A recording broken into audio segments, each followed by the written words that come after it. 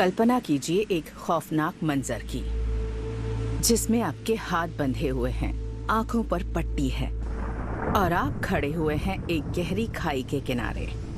लेकिन ये सिर्फ कल्पना नहीं है। दरअसल इंसानों के साथ कुछ ऐसा ही हो रहा है।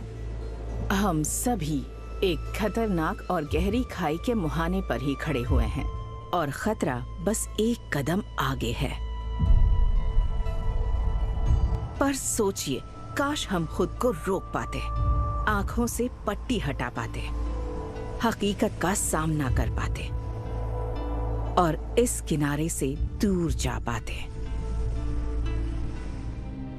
एक इंसान के तौर पर और खासकर एक माँ के तौर पर मैं उस दुनिया के बारे में सोचती हूँ जो हम अपने बच्चों के लिए छोड़ेंगे। एक ऐसा ग्रह जो पर्यावरण से जुड़ी तबाही की कगार पर पहुँच गया है। क्या हम वही छोड़ेंगे?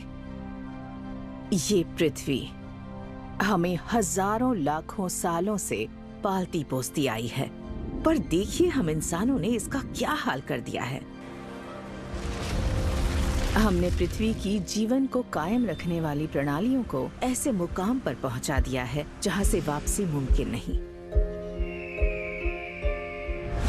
आज पूरी दुनिया के संस्थान और लोग इस बढ़ते संकट को स्टडी कर रहे हैं।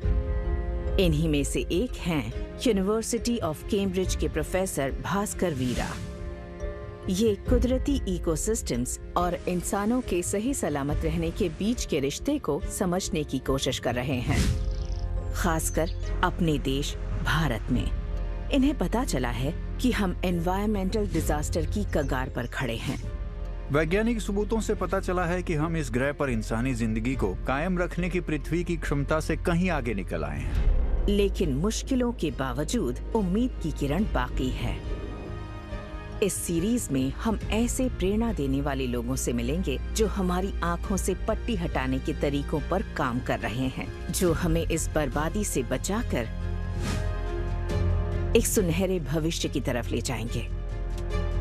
और बतौर इंसान ये हमारी जिम्मेदारी है कि हम इस ग्रह के भविष्य के लिए संघर्ष करें।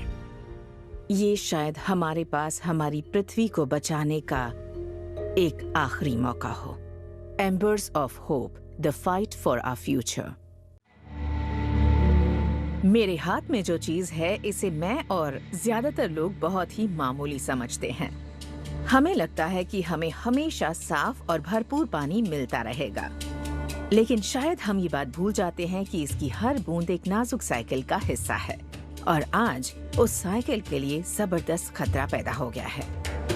तो इसका अगला घूंट पीने से पहले आइए सोचें कि इस ग्लास में मौजूद चीज कितनी बेशकीमती है।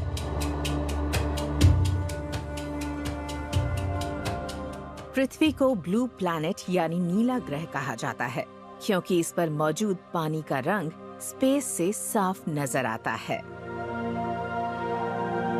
लेकिन ये याद रखें कि इस पानी का ज्यादातर हिस्सा हमारे समुद्रों में है, करीब 97% हिस्सा, और इंसान इसे पीने के लिए इस्तेमाल नहीं कर सकता। सिर्फ 3% ही मीठा पानी है जो मौजूद है आइस कैंप्स में, नदियों में, झीलों में और हमारी जमीन के नीचे। पानी की ये मात्रा बहुत कम और सीमित है, जिसे हम इंसानों समेत बहुत सारी प्रजातियों को आपस में बांटना होता है। भारत में हमें इस पानी की भरपाई के लिए सालाना मॉनसून के आने पर निर्भर करना पड़ता है। ये बड़ी घटना हमारे इस सब कॉन्टिनेंट की किस्मत तय करती है। हर साल होने वाली इस बारिश के पानी को हिमालय आइस और स्नो की शक्ल में जमा करके रखता है। कुछ लोग इन पहाड़ों को वाटर टावर्स ऑफ एशिया यानी एशिया के पानी का टावर कहते हैं। नॉर्थ और साउथ पोल्स के बाद यहाँ मीठे पानी का सबसे बड़ा भंडार मौजूद है। आज पूरी दुनिया में तापमान के बढ़ने से बर्फ के इसके भंडार खतरे से घिर गए हैं। रिपोर्ट्स के मुताबिक हिंदू कुश पहाड़ों में मौजूद ग्लेशियर्स का 75% हिस्सा इस सदी के खत्म होते होते गायब हो सकता है। लेकिन फिलहाल ये पहाड़ हमें जिंदगी देने वाले मीठे पानी के सबसे बड़े स्रोत हैं। मॉनसून के बाद हिमालय में आना बहुत कमाल का एहसास होता है, और इससे भी कमाल की बात यह है कि हर साल आने वाले मॉनसून से देश की नदियों में फिर से जान आ जाती है। तो इसमें हैरानी की बात नहीं कि बहुत से लोग इन्हें देवी की तरह पूजते हैं। गंगा, यमुना, अलकनंदा, मंदाकिनी और भागीरथी। पूरे देश की नदियों को ही ऐसा सम्मान दिया जाता है, फिर चाहे उत्तर या दक्षिण में मौजूद हिमालय हो या दूसरी नदियां, सारी नदियों को देवियों के रूप में देखा जाता है। लेकिन ये देखकर अफसोस होता है कि जब ये नदियां हमारे देश के मैदानों में दाखिल होती हैं, तो इन पर किस तरह का हमला होता है। जो नदियां घनी आबादी वाले इलाकों से होकर बहती हैं, उनका तो कुछ ज्यादा ही बुरा हाल है। भारत के शहरों में बहने वाली ये जलधाराएं नालों जैसी नजर आती हैं और हमारे घरों की सारी गंदगी इन्हीं नालों में बहती हुई दिखती है। हम सारा कचरा इन्हीं में डाल देते हैं। बस यहीं से हमारा इनसे रिश्ता टूटना शुरू हो जाता है। हम किसी सहायक नदी या किसी बड़े नदी सिस्टम की धारा के तौर पर इन्हें सम्मान देने की बजाय कूड़ेदान समझने लगते हैं। तो ये तो हुई घरों की बात, लेकिन ऐसा ही बर्ताव नदियों के किनारे मौजूद इंडस्ट्रीज की तरफ से भी देखा जाता है। रिवर सिस्टम का पूरा माहौल बद से बदतर होता जा रहा है। हमारे मीठे पानी की जलधाराओं पर ये हमला बड़ी बेरहमी से और कई तरफा होता है। केमिकल प्लांट्स, टैनरीज, कसाई घर और अस्पताल बिना ट्रीट किए कचरे को सीधे इन जलधाराओं में फेंक देते हैं। रिपोर्ट्स के मुताबिक भारत में पैदा होने वाला करीब 80% सीवेज सीधे नदियों, झीलों और तालाबों में बिना ट्रीट किए बहा दिया जाता है। केमिकल फर्टिलाइजर्स और पेस्टिसाइड्स की बहुत बड़ी मात्रा हमारे खेतों से बहकर हमारी इन जलधाराओं में पहुंच जाती है। कचरे और प्लास्टिक का 57% हिस्सा इन नदियों में पहुंच जाता है। दुनिया में चीन के बाद भारत की नदियों में सबसे ज्यादा माइक्रोप्लास्टिक पोल्यूशन होता है। भारत का जमीनी सतह पर बहने वाला करीब 70% पानी पहले ही प्रदूषित है। और ये याद रखना भी जरूरी है कि ये नदियां जिंदगी देने वाला पानी तो मुहैया कराती ही हैं, पर भारत के सांस्कृतिक ताने बाने के साथ भी इनका गहरा संबंध है। पूरे देश की कई जगहों पर लोग हमारी नदियों में सदियों से चले आ रहे अनुष्ठानों को अंजाम देते हैं। बेशक इन नदियों में जबरदस्त प्रदूषण होता है और सेहत के लिए भी ये हानिकारक हैं। हमने सतह पर बहने वाले पानी की क्वालिटी को बुरी तरह खराब किया है। लेकिन खतरा सिर्फ यही नहीं है। दूसरा मसला है मात्रा का।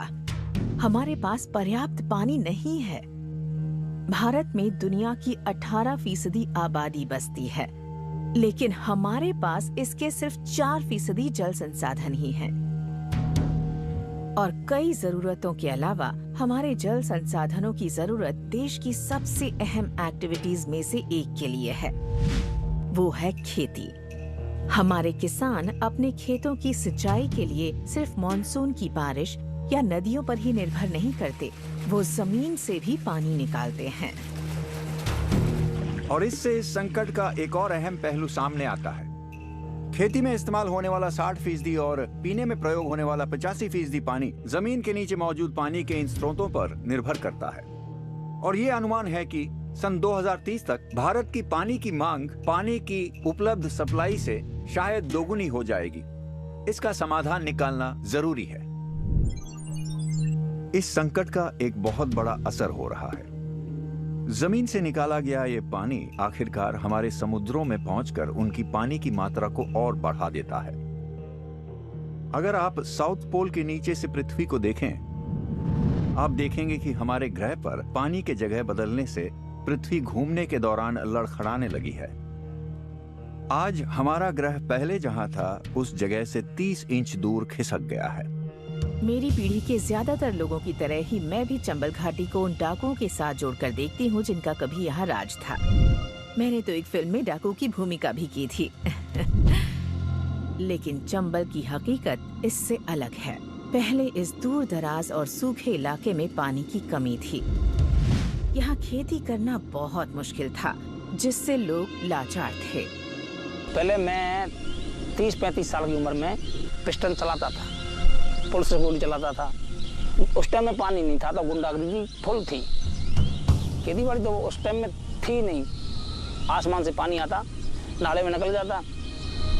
तो पानी की हमारे यहाँ इस टाइम में बहुत बड़ी स्थिति थी, बहुत तगड़ी। पानी पीने लायक नहीं मिलता, खाने के लिए अनाज नहीं होता, कुछ नहीं होता। शुक्र है कि अब चंबल का इलाका बदल गया है और पानी यहाँ बदलाव लाने की एक बड़ी वजह बन गया है। इस बदलाव को लाने वाले लोगों में से एक हैं राजेंद्र सिंह। अब उन्हें भारत का वाटरमैन कहा जाता है। राजेंद्र सिंह के काम का मुख्य फोकस रहा है नदियों और पारंपरिक जल प्रबंधन प्रणालियों में फिर से जान फूंकना, खासकर उत्तर, मध्य और पश्चिमी भारत के खुश्क इलाकों में। तो जब ना पानी था ना मिट्टी थी तो लोगों के हाथ में बंदूकें थी और उनसे लूटपाट करते। जब पानी आया तो बंदूकें छूट गई और जिस तरह से ये पानी का काम एक बड़े अभियान, बड़े आंदोलन की तरह शुरू हो गया। अभी तक 3,500 से ज्यादा लोगों ने हथियार छोड़ के खेती करना शुरू किया। राजेंद्र सिंह ने अपने एनजीओ तरुण भारत संघ को 1975 में शुरू किया। अब 50 साल बाद उन्हें काफी सम्मान दिया जा रहा है।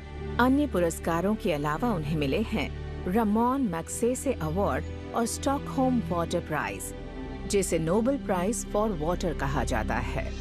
द गार्डियन ने राजेंद्र सिंह को इस ग्रह को बचाने वाले 50 लोगों में से एक के तौर पर भी नवाजा है। आज मैं कह सकता हूँ कि 20,000 स्क्वायर किलोमीटर जमीन जो उस जमाने में नंगी थी, हमने लोगों के द्वारा community driven decentralised forest and water management कर दिया, जंगलों को हरा भरा किया और नदियों को शुद्ध सदा नीरा बनाया।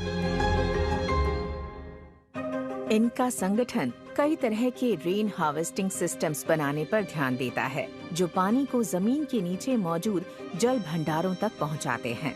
तरुण भारत संघ को जो बात अनोखा बनाती है वो है उन परियोजनाओं की बड़ी संख्या जिन्हें उन्होंने बीते वर्षों में बनाकर पूरा किया है। तरुण भारत संघ ने पिछले 50 वर्षों में 15,800 जल संरचनाओं का निर्माण किया है, जिसमें बांध, जोहड़, चेक डैम, एनीकट, गली प्लैगिंग, नाला बंडिंग, ये सब बड़ी बड़ी स्ट्रक्चर्स के नाम दे रहा हूँ। छोटे स्ट्रक्चर का नंबर तो लाखों होगा। तो जब कम्युनिटी राइट इंश्योर होता है तो फिर community driven decentralised water management हम बेपानी होते भारत को पानीदार बना सकते हैं। आज Waterman of India Rajendra Singh पूरे देश में और ज्यादा समुदायों के साथ संपर्क कायम कर रहे हैं और यहाँ चंबल में डाकुओं ने अब एक नया अध्याय शुरू किया है। 5 साल में इन्होंने पानी की काफी पूर्ति हो गई हमारे यहाँ, और लोगों को समझाते हैं कि हमारे गांव में गेहूं अनाज हो रहा है, ऐसे आप करो। गुंडागर्दी धौलपुर में नष्ट कर दी। डाकू बदले किसानों में कितनी दिलचस्प कहानी है। तो ग्रामीण भारत की तरह हमारे शहरों को भी अब समाधान ढूंढने चाहिए। हमारे नगरों की भी बहुत बड़ी समस्याएं हैं, उनके आकार और पानी की जबरदस्त मांग की वजह से। और इसलिए हम पानी वहां पर ढूंढेंगे जिसके बारे में हम में से ज्यादातर को उम्मीद ही नहीं होगी, यानी हमारे नाले। कोई भी ये नहीं सोचता कि सीवेज भी एक संसाधन हो सकता है। अगर हम गंदे पानी को दोबारा इस्तेमाल करें तो उससे तस्वीर काफी हद तक बदल सकती है। खुशकिस्मती से हमारे कुछ शहरों में ऐसी ही कोशिशें की जा रही हैं। इसके लिए चलिए हम देश के दक्षिण की तरफ बढ़ते हैं। बेंगलुरु एक ऐसा शहर है जो पानी की घटती सप्लाई को बढ़ाने के लिए अब तेजी से वेस्ट वाटर की तरफ मुड़ रहा है। ये हमारा एक और ऐसा शहर है जो अंधाधुंध शहरीकरण की चपेट में आ गया है। शहर की समस्याओं पर रिसर्च करने वाली कई एजेंसीज में से एक है एक एनजीओ के साइंटिस्ट का एक ग्रुप जिसे कहते हैं वेल लैब्स। यहाँ urban water programme team Bengaluru की जियोग्राफिकल लोकेशन से पैदा होने वाली अनोखी चुनौतियों के बावजूद टिकाऊ समाधान ढूंढ रही है। बेंगलुरु एक पठार के ऊपर बसा हुआ है और इसी वजह से यहाँ पानी की सप्लाई का काम काफी पेचीदा हो जाता है। तो यहाँ पर आधा पानी जमीन से हासिल किया जाता है, लेकिन जैसे जैसे शहर की आबादी बढ़ी, कावेरी नदी से पाइप के जरिए पानी लिया जाने लगा। और ये इंजीनियरिंग का एक बड़ा करिश्मा है, क्योंकि कावेरी नदी न सिर्फ शहर से 90 किलोमीटर दूर है, लेकिन महत्वपूर्ण बात यह है कि इसके पानी को 350 मीटर की ऊंचाई तक पंप किया जाता है। तो इस पंपिंग की वजह से काफी प्रदूषण होता है, लिहाजा हमें पानी के किसी स्थानीय स्रोत को ढूंढना होगा। गंदे पानी को फिर से इस्तेमाल करने का फैसला 2016 में ही ले लिया गया था। सरकार ने ये नियम बनाया कि जिस भी नए अपार्टमेंट कॉम्प्लेक्स में 20 या उससे ज्यादा फ्लैट होंगे, उसे वेस्ट वाटर ट्रीटमेंट का अपना प्लांट बनाना होगा। 20 मंजिलों वाले इस कॉम्प्लेक्स से रोजाना यहाँ के टॉयलेट्स और किचन से 12 लाख लीटर वेस्ट वाटर इसके ट्रीटमेंट प्लांट में जाता है। यहाँ गंदे पानी की शक्ल पूरी तरह बदल दी जाती है। फिर करीब 4 लाख लीटर फिल्टर किया हुआ पानी बाथरूम्स में इस्तेमाल करने के लिए पाइप से दोबारा ऊपर पहुंचाया जाता है। बाकी पानी का इस्तेमाल कैंपस गार्डन्स की सिंचाई में होता है। इससे यहाँ रहने वालों का पानी का बिल काफी घट गया है और ये स्थिति सभी के लिए फायदेमंद है। हम हर महीने करीब 15 लाख रुपए बचा रहे हैं। ये हमारे इस्तेमाल वाले पानी की करीब 1/3 लागत है, पर इससे भी अहम यह है कि हम रोजाना पानी के 60 टैंकर कम खरीदते हैं। कामयाबी की ये कहानी दूर दूर तक फैल रही है। शहर में धीरे धीरे ट्रीटमेंट प्लांट्स की संख्या बढ़ रही है। ये संख्या सिर्फ अपार्टमेंट्स में ही 2000 से 2500 के बीच है और कमर्शियल कॉम्प्लेक्सेस को इसमें जोड़ा जाए तो सीवेज ट्रीटमेंट प्लांट्स की संख्या करीब 3500 हो जाएगी, शायद दुनिया के सबसे ज्यादा प्लांट्स में से एक। इन कोशिशों को और ज्यादा आकर्षक बनाने के लिए बेंगलुरु म्युनिसिपल डिपार्टमेंट ने अब हाउसिंग एसोसिएशंस को अपने ट्रीट किए हुए पानी को बाहर के लोगों को बेचने की इजाजत भी दे दी है। हम ट्रीट किए गए अपने 50% पानी को दूसरों को बेच सकते हैं। ऐसा कंस्ट्रक्शन इंडस्ट्री के लिए, आसपास मौजूद एसी कूलिंग टावर्स के लिए हो रहा है और इससे झीलों में फिर से नई जान आ गई है। इससे आसपास के पानी का स्तर भी बढ़ गया है। ट्रीट किया हुआ अतिरिक्त पानी अपने आप में एक कीमती चीज बनने वाला है। इससे कभी शहर में भरपूर संख्या में रही झीलों में फिर से जान आ गई है और जीवन भी पनप रहा है। बहुत से शहर बेंगलोर की इस कामयाबी से सीख सकते हैं और इसे देश में ही नहीं, शायद विदेशों में भी दूसरी जगहों पर अपनाया जा सकता है। पूरी दुनिया में ही लोग मीठे पानी के हमारे स्रोतों को बचाने, उनमें फिर से जान डालने और उन्हें शुद्ध करने के तरीके ढूंढ रहे हैं। और इसकी वजह भी है, हम पानी से जुड़े एक गंभीर संकट की कगार पर खड़े हैं। मीठे पानी से जुड़े मसले कभी कभी बहुत पेचीदा लगते हैं, लेकिन इससे जुड़े कुछ सीधे साधे संदेश मौजूद हैं। हम अपने बच्चों को ये सिखा सकते हैं कि पानी किसी नल से नहीं आता है, हमें चिंता करनी है इसके स्रोतों की। खुशकिस्मती से आज ऐसी ही कुछ कोशिशें की जा रही हैं। ऐसी कोशिशें पूरे भारत में ही की जा रही हैं। ऐसी ही एक जगह है नागालैंड के पहाड़ों की तलहटी में। यहाँ होप एकेडमी में, जो दीमापुर के जाने माने स्कूल्स में से एक है, स्टूडेंट्स एक बहुत ही अनोखा लेसन सीखने की तैयारी में जुटे हैं। आज सुबह स्पेशल ट्रेनर्स 8वीं के बच्चों को कुछ सिखा रहे हैं। स्टूडेंट्स, क्या आप मुझे बता सकते हैं इससे हमें क्या मिलता है? सही कहा, वाटर। इससे हमें साफ और ताज़ा पानी मिलता है। तो नल का मतलब है कि हमने पानी को कंट्रोल में रखा है। हम तय कर सकते हैं इसे कब इस्तेमाल करना है, कितना करना है, और वो भी बिना बर्बाद किए। पानी के नल को हाथ में थामे ये है मोबियस फाउंडेशन के यंग क्लाइमेट लीडर प्रोग्राम की टीम, जो पानी के महत्व के बारे में जागरूकता बढ़ाने का काम करती है। हम इस प्रोग्राम के जरिए इन युवा विद्यार्थियों के दिमाग में समझ के बीज बोने की कोशिश कर रहे हैं, ताकि वो पर्यावरण के प्रति हमारे एक्शन के नतीजों को अच्छी तरह से समझ सकें, फिर चाहे ये नेगेटिव हो या पॉजिटिव हो। ये प्रोग्राम इन बच्चों को कुदरती दुनिया के प्रति प्रैक्टिकल लेसन सीखने के लिए बढ़ावा देता है। 8वीं के इन बच्चों को एक फील्ड ट्रिप पर ले जाया जा रहा है। नागालैंड की पहाड़ों की तलहटी में मीठे पानी की बहुत सारी धाराएं मौजूद हैं और बच्चे उन्हीं में से एक की तरफ जा रहे हैं। यहाँ इस धारा के किनारे पर एक नल और इसके पानी के स्रोत के बीच का संबंध इन स्कूली बच्चों के सामने स्पष्ट हो जाता है।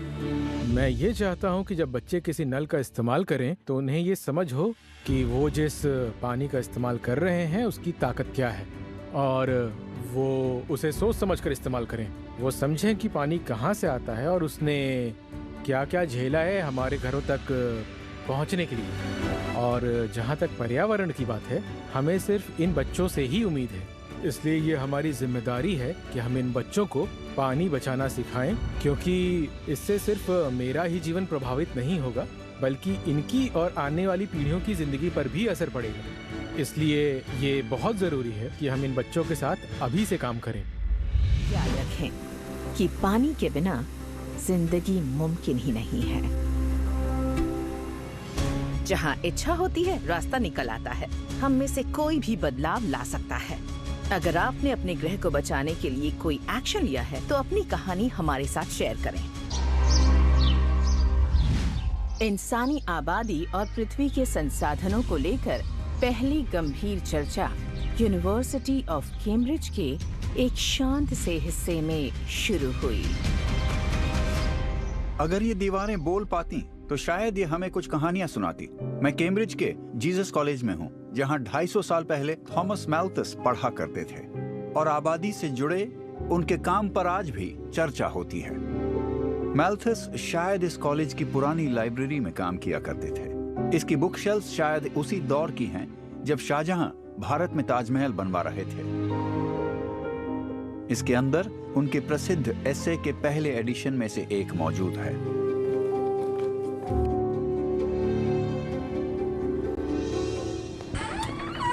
Hello professor. हाय माइकल, हमें यहाँ बुलाने के लिए शुक्रिया। वेलकम। थॉमस रॉबर्ट मैल्थस एक अंग्रेज इकोनॉमिस्ट और क्लेरिक थे और उन्होंने 1798 में एक किताब लिखी थी जिसका टाइटल था an essay on the principle of population. उन्होंने लिखा था कि आबादी के बढ़ने की रफ्तार पृथ्वी द्वारा सबके लिए भरपेट खाना मुहैया कराने की रफ्तार से कहीं ज्यादा तेज हो सकती है। उन्होंने जो कुछ लिखा था उसे यहाँ अपने सामने देखना मेरे लिए बहुत बड़ी बात है। हम आज भी इस विषय को लेकर बात कर रहे हैं, यानी आबादी। ये अब 8-9 अरब के पार होने वाली है। मैल्थस की सभी थ्योरीज सही नहीं थीं। कुछ बड़ी विवादास्पद थीं, पर आलोचना के बावजूद उनके आइडियाज बड़े असरदार रहे हैं। पर वो भी ये अंदाजा नहीं लगा पाए होंगे कि आबादी की ये समस्या इतनी गंभीर हो जाएगी। हमें ये सोचने की जरूरत है कि आखिर हम यहाँ तक पहुँचे कैसे। आधुनिक मानव करीब 3 लाख साल पहले अफ्रीका में विकसित हुए थे और फिर ये धीरे धीरे माइग्रेट करके पूरी दुनिया में फैलने लगे। तब हमारी आबादी शायद 10 लाख से भी कम रही होगी। पहली सदी ईसा पूर्व तक हमारी आबादी बढ़कर शायद 17 करोड़ हो गई होगी और ये धीरे धीरे बढ़ रही थी। 1800 में हमारी आबादी 1 अरब हुई, जिसके बाद बेहतर टेक्नोलॉजीज और मेडिसिन की वजह से आबादी बहुत तेजी से बढ़ने लगी। आज हमारी दुनिया में 8 अरब से भी ज्यादा लोग जगह के लिए आपस में मुकाबला कर रहे हैं। भारत के पास दुनिया का सिर्फ 2.4% जमीनी हिस्सा ही है, पर यहाँ की आबादी है करीब 1 अरब 40 करोड़, यानी दुनिया की आबादी का करीब 18% भाग। आपको भारत में एहसास होता है कि यहाँ बहुत सारे लोग हैं, और ये सच भी है। यहाँ वाकई बहुत लोग हैं। इस देश में आबादी के साथ तालमेल बनाए रखना बहुत ही मुश्किल है। भारत में आखिरी जनगणना 2011 में हुई थी और 2036 तक इसकी 1 अरब 21 करोड़ की आबादी बढ़कर 1 अरब 52 करोड़ होने की आशंका थी। इसका मतलब है कि 25 साल तक भारत की आबादी हर घंटे 1400 लोगों के हिसाब से बढ़ती जाएगी। सुनकर ही हैरानी होती है। ऐसे गिने चुने लोग ही होंगे जो आबादी के मुद्दे को प्रोफेसर सर पार्था दासगुप्ता से बेहतर समझते हैं।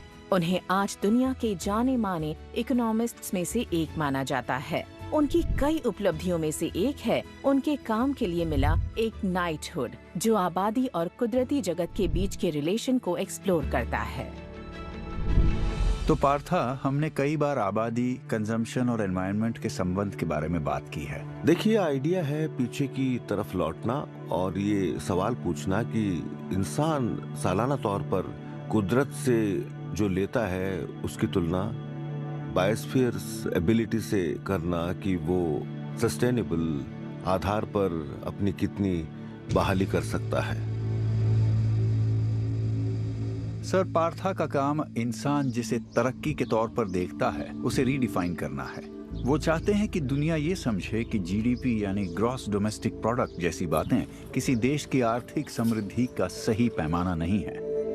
जीडीपी तरक्की का एक बहुत ही खराब पैमाना है, क्योंकि जीडीपी का पूरा नाम हुआ ग्रॉस डोमेस्टिक प्रोडक्ट, और ग्रॉस का मतलब है कि आप नेट को कंसीडर नहीं कर रहे। कहने का मतलब यह है कि अगर आप डेप्रिसिएशन को घटाते हैं तो आप कुदरत से जो कुछ ले रहे हैं उसे भी आपको घटाना होगा। तो मैं इसे एक मछुआरी की मिसाल से समझाता हूँ। अगर वो किसी तालाब से मछलियों की रीजनरेट करने की दर से ज्यादा रफ्तार से मछलियां पकड़ता है तो हर अवधि में फिश स्टॉक घटता जाएगा। बेशक वो पहले से ज्यादा मछलियां पकड़ पा रहा हो और वो कह रहा हो कि मछलियां पकड़ने से मेरा ग्रोस रेवेन्यू तो हर साल बढ़ ही रहा है।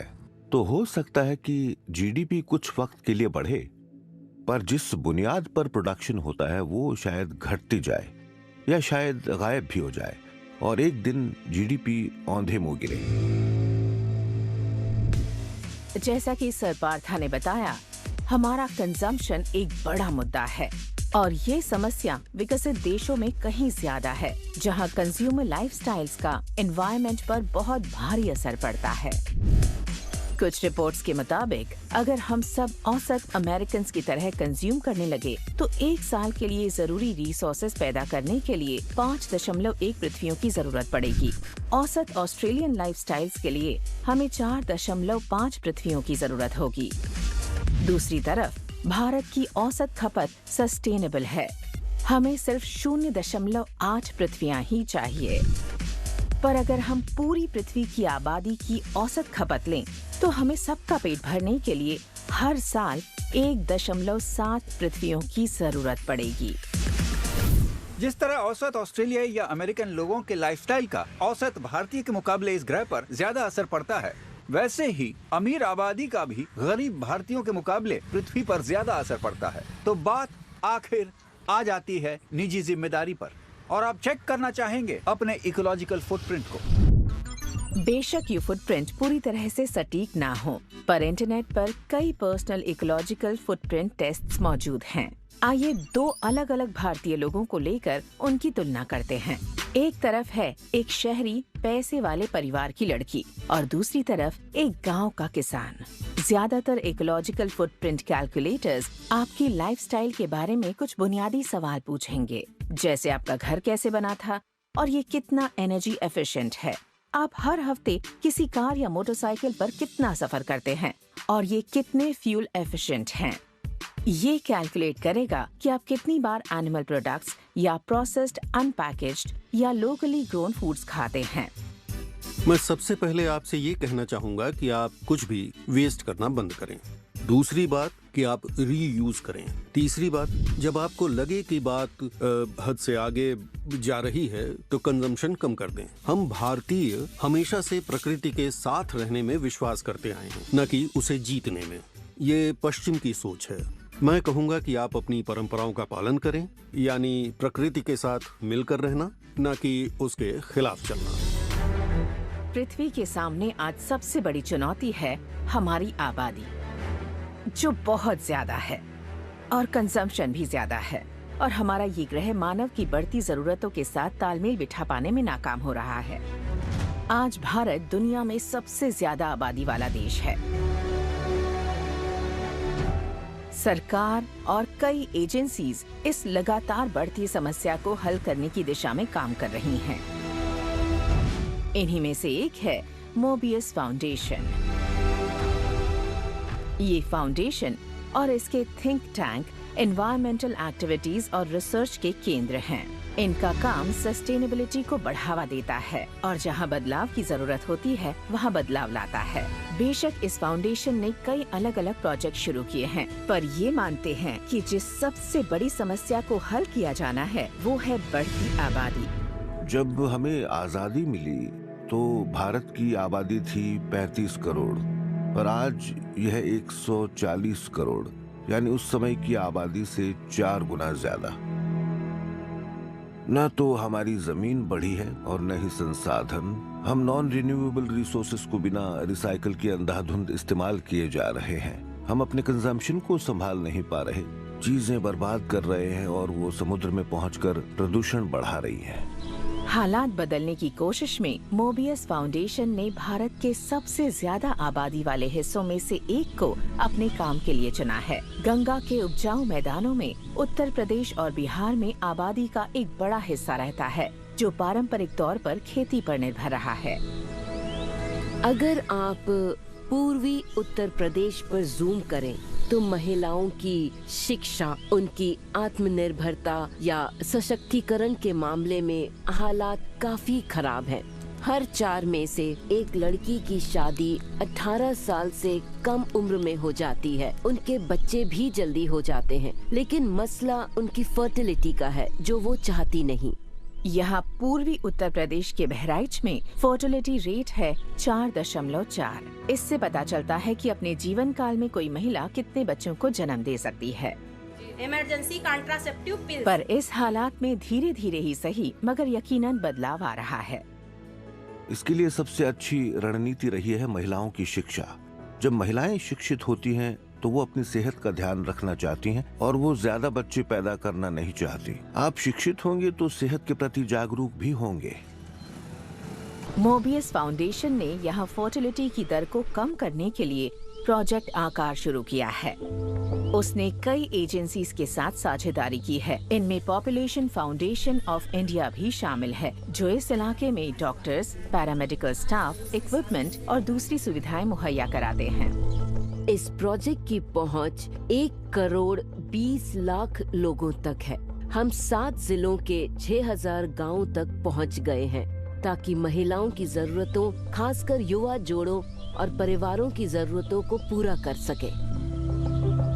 इस काम में सबसे आगे आशा वर्कर्स कहलाने वाली 20,000 से भी ज्यादा फीमेल स्टाफ हैं।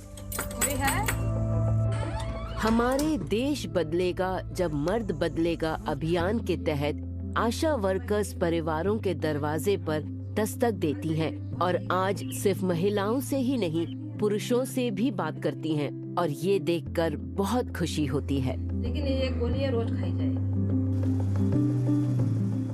तो महिलाओं को शिक्षित करके उन्हें सशक्त बनाकर देश के सबसे ज्यादा आबादी वाले राज्यों में फर्टिलिटी रेट को तो नीचे लाया ही जा सकेगा, साथ ही इससे फीमेल लेबर पार्टिसिपेशन रेट को भी सुधारा जा सकेगा। ऐसा करके हम अपनी ग्रोथ रेट को 0.5% तक बढ़ा सकते हैं।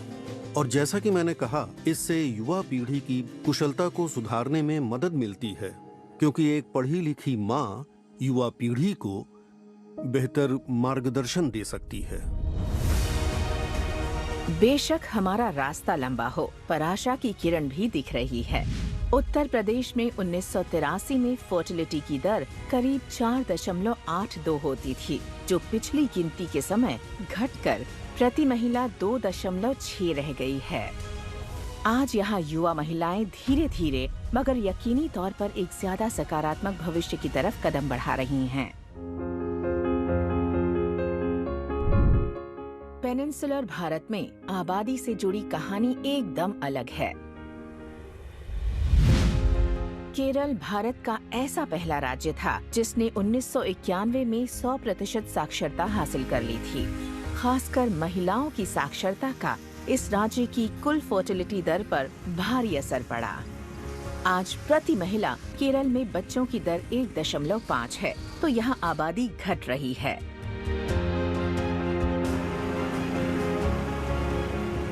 महिला सशक्तिकरण को कई एजेंसीज बढ़ावा दे रही हैं, जिनमें से एक है कुटुंबश्री मिशन। आज सुबह इस ग्रुप की सबसे बड़ी उम्र की सदस्य की मुलाकात करवाई जा रही है महिला ट्रेनी के एक नए बैच से। वसंती अम्मा को इस फूड प्रोसेसिंग प्लांट में बुलाया गया है ताकि वो यहाँ काम करने वाली महिलाओं का हौसला बढ़ा सकें। पूरे केरल में ऐसे बहुत से लघु उद्यम मौजूद हैं। ये इस राज्य में फैले महिलाओं के विशाल नेटवर्क का हिस्सा हैं।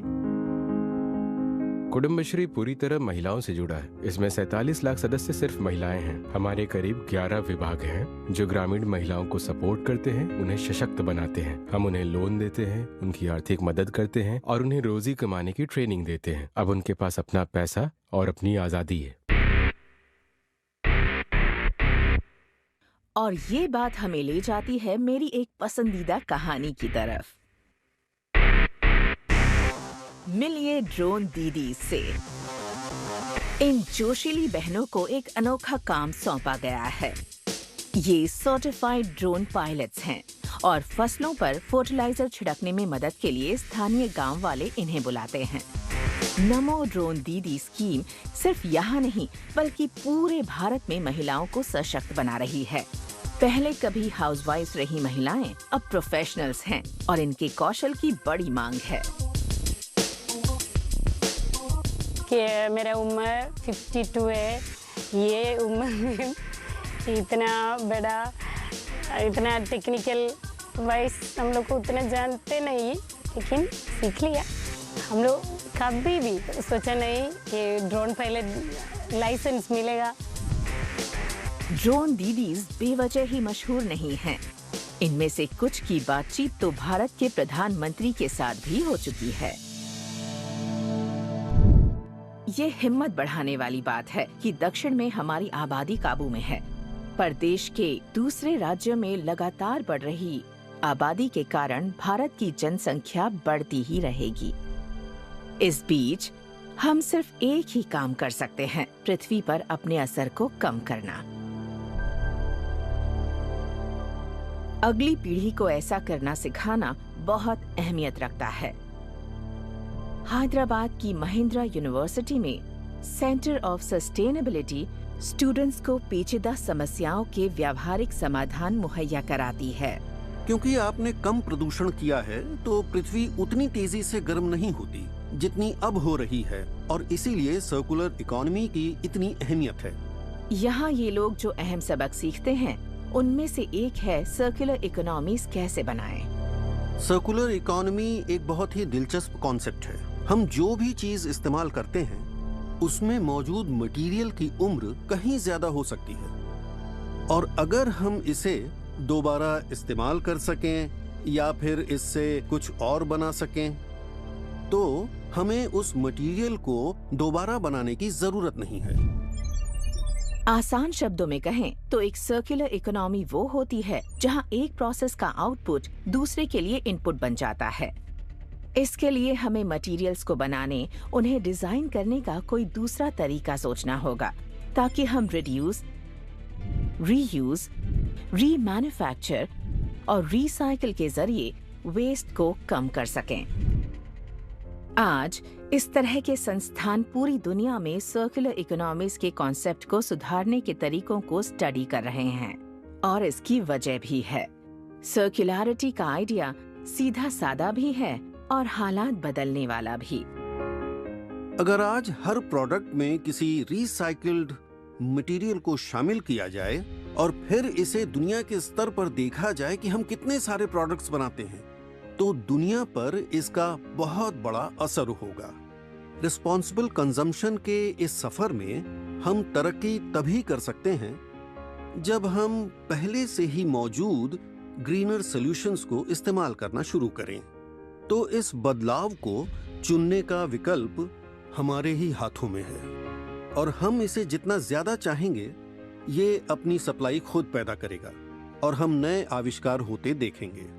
तो कहने का मतलब ये है कि बदलाव हमारे ही हाथों में है। हमें अपने लिए भी और अपनी इस दुनिया के लिए भी सही विकल्प चुनने होंगे। और जैसा कि हमने इस सीरीज में देखा, लोग इन विकल्पों को चुनने लगे हैं। बेशक हमारा रास्ता लंबा हो, पर उम्मीद की किरणें दिख रही हैं।